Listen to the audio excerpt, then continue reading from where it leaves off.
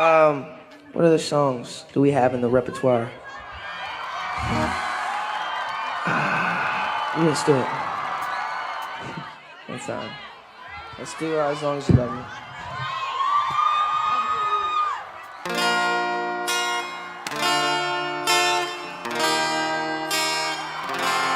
คำว่าฮักเกิดขึ้นที่ใดเกิดกับใคร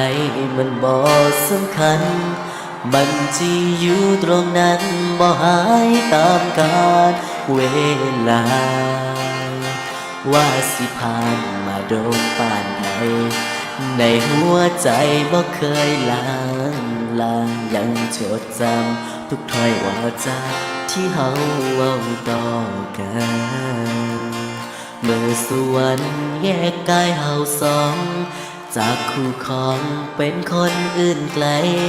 เหลือแค่คำสัญญาใช่ไหมที่ยังคงอยู่แม้ว่าเจ้าสิเกิดเป็นยังบอกเคยคิดชังย้อนหักคนหูสิเคียงข้างให้ได้หูหัวใจคนเดิมบ่มียังมาพันทลาย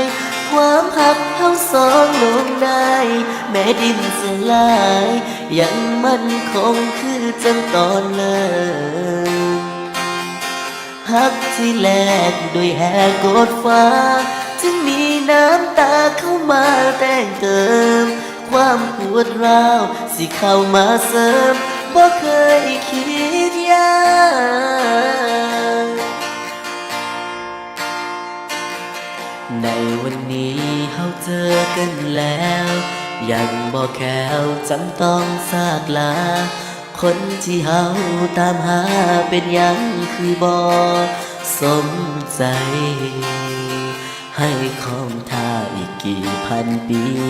ให้อยู่ตรงนี้อีกนานเท่าไหร่ขอเพียงแค่เธอจำฉันได้ชาติไหนก็รอ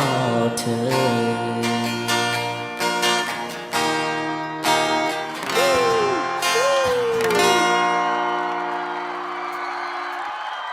Thank you again. You guys are awesome.